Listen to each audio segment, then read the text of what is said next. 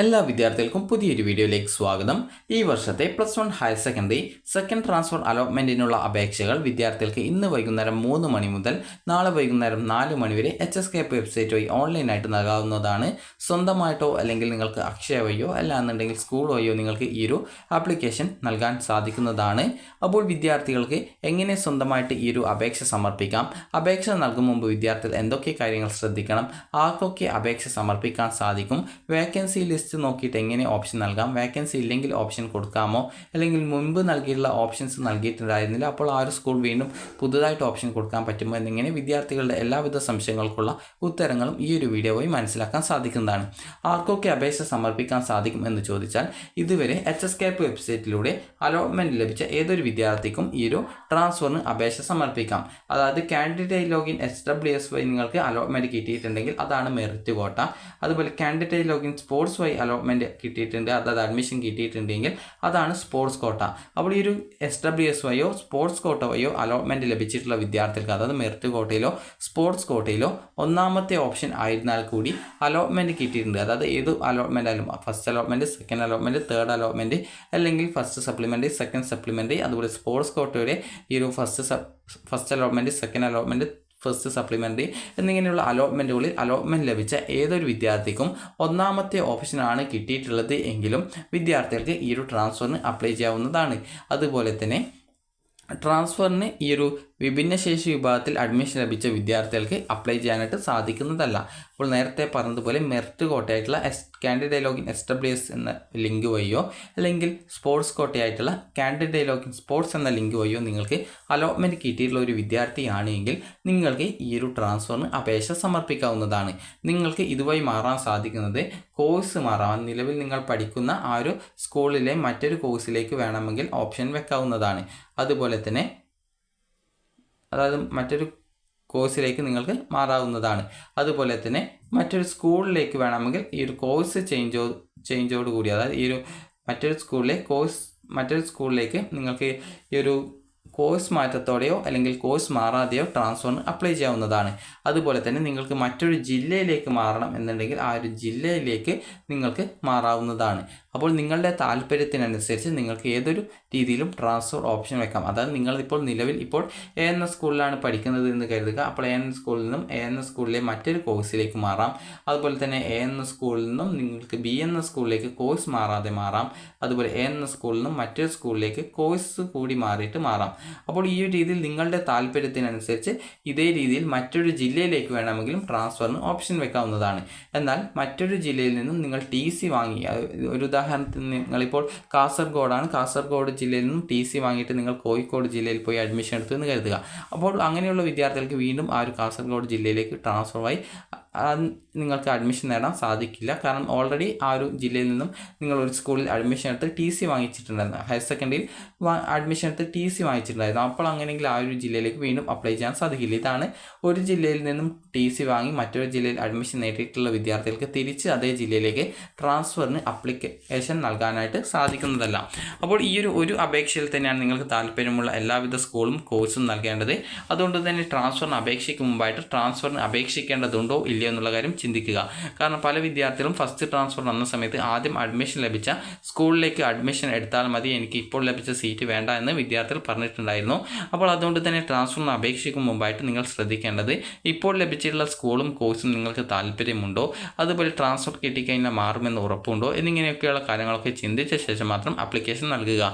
ട്രാൻസ്ഫറിന് അപേക്ഷ നൽകുന്ന വിദ്യാർത്ഥികൾ ട്രാൻസ്ഫറിൻ്റെ ആപ്ലിക്കേഷൻ കൺഫേം ചെയ്യാനായിട്ട് ശ്രദ്ധിക്കുക. അതായത് ട്രാൻസ്ഫറിൻ്റെ ആപ്ലിക്കേഷൻ പ്രിൻ്റ് ഔട്ട് എടുക്കാനും ശ്രദ്ധിക്കുക. കാരണം നിങ്ങൾ പല വിദ്യാർത്ഥികളും ഫസ്റ്റ് അലോട്ട്മെൻറ്റ് വന്ന സമയത്ത് ആപ്ലിക്കേഷൻ കൺഫേം ചെയ്യാത്തത് കാരണം അലോട്ട്മെൻറ്റിൽ പരിഗണിച്ചിട്ടുണ്ടായിരുന്നില്ല. അപ്പോൾ അതുകൊണ്ട് തന്നെ വിദ്യാർത്ഥികൾ ആ ഒരു കാര്യം പ്രത്യേകം ശ്രദ്ധിക്കുക.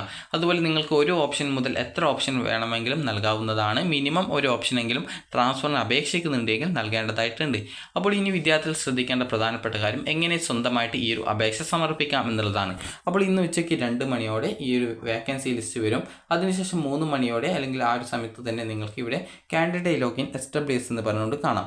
അപ്പോൾ ഇതുവരെ സ്പോർട്സ് കോട്ടയിലും അതുപോലെ മെറിറ്റ് കോട്ടയിലും അലോട്ട്മെൻറ്റ് കിട്ടിയിട്ടുള്ള വിദ്യാർത്ഥികൾ ആ ഒരു ലിങ്കിൽ ക്ലിക്ക് ചെയ്യുക.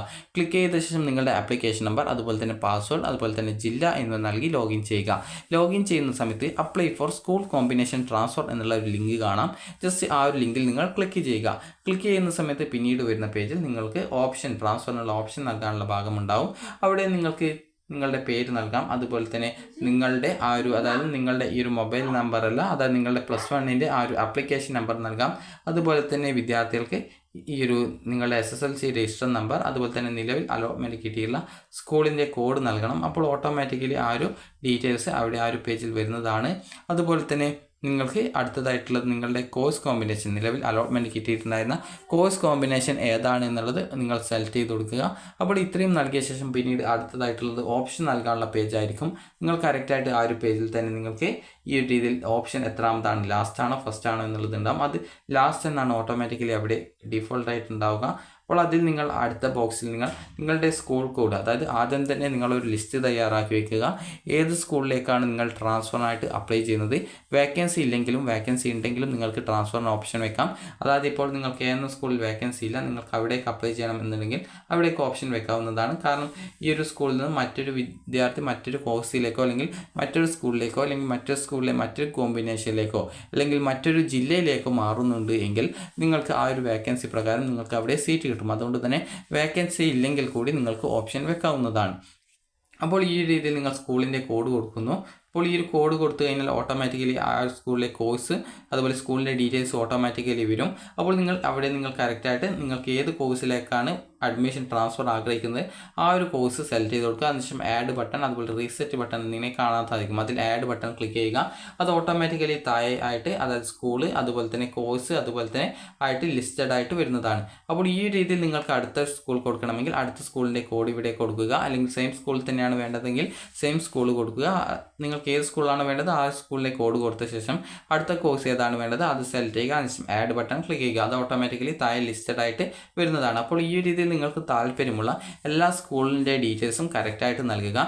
പ്രത്യേകം ശ്രദ്ധിക്കേണ്ടത് ഈ ഒരു അപേക്ഷയിൽ തന്നെയാണ് നിങ്ങൾക്ക് ഈ ഒരു വേണ്ട സ്കൂളിലെ കോഡ് കൊടുത്ത് വേണ്ട കോഴ്സ് സെലക്ട് ചെയ്ത് ആഡ് ഓപ്ഷൻ ക്ലിക്ക് ചെയ്യേണ്ടത്. അല്ലാതെ നിങ്ങൾക്ക് വീണ്ടും ഒരു തവണ ആപ്ലിക്കേഷൻ കൊടുത്ത ശേഷം വീണ്ടും സബ്മിറ്റ് ചെയ്ത് വീണ്ടും എഡിറ്റ് ചെയ്യാൻ പറ്റുന്നതല്ല. അതുകൊണ്ട് തന്നെ താല്പര്യമുള്ള ട്രാൻസ്ഫർ ആഗ്രഹിക്കുന്ന എല്ലാ കോഴ്സുകളിലേക്കും സ്കൂളിലേക്കും നിങ്ങൾ താല്പര്യമുണ്ട് എങ്കിൽ മാത്രം ഓപ്ഷനുകൾ നൽകേണ്ടതാണ്. ഒരു ഓപ്ഷൻസ് അല്ല, നിങ്ങൾക്ക് വേണമെങ്കിൽ ജില്ല മാറാം, അതുപോലെ തന്നെ സ്കൂളിൽ നിന്നും മറ്റൊരു കോഴ്സിലേക്ക് മാറാം, അതുപോലെ തന്നെ സ്കൂളിൽ നിന്നും മറ്റൊരു സ്കൂളിലേക്ക് കോഴ്സ് മാറാതെ മാറാം, അതുപോലെ മറ്റൊരു സ്കൂളിലേക്ക് കോഴ്സ് മാറ്റത്തോടുകൂടി മാറാം. ഒരു ഉദാഹരണത്തിന് ഞാൻ എ എന്ന സ്കൂളിൽ കൊമേഴ്സ് ആണ് പഠിക്കുന്നത് എന്ന് കരുതുക. കൊമേഴ്സ് ആണെങ്കിൽ എനിക്ക് ആഗ്രഹം കമ്പ്യൂട്ടർ സയൻസോ അല്ലെങ്കിൽ സയൻസോ ആണെന്ന് കരുതുക. അപ്പോൾ ഞാൻ ആ ഒരു സ്കൂളിലേക്ക് ട്രാൻസ്ഫർ എനിക്ക് വെക്കാം.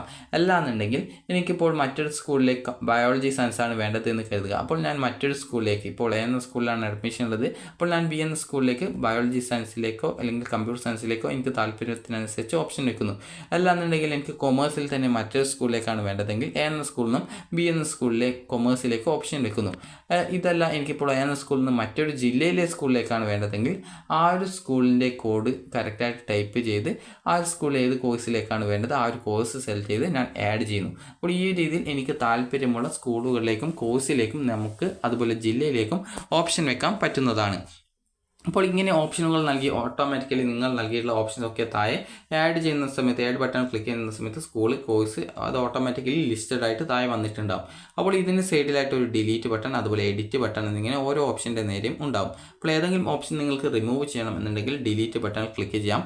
പുതുതായിട്ട് ആഡ് ചെയ്യണമെങ്കിൽ നേരത്തെയുള്ള പേജിൽ സ്കൂളിൻ്റെ കോഡ് അത് നൽകി ഓട്ടോമാറ്റിക്കലി വരുന്ന കോഴ്സ് സെലക്ട് ചെയ്ത ശേഷം നിങ്ങൾക്ക് ആഡ് ചെയ്ത് കഴിഞ്ഞാൽ ഓട്ടോമാറ്റിക്കലി ഇവിടെ താഴെയായിട്ട് ലിസ്റ്റഡ് ആയിട്ട് വരുന്നതാണ്. ലിസ്റ്റഡ് എന്ന് പറഞ്ഞാൽ ഇവിടെ അത് നിങ്ങൾ നൽകിയ ഓപ്ഷൻ എന്നുള്ള രീതിയിൽ വരുന്നതാണ്.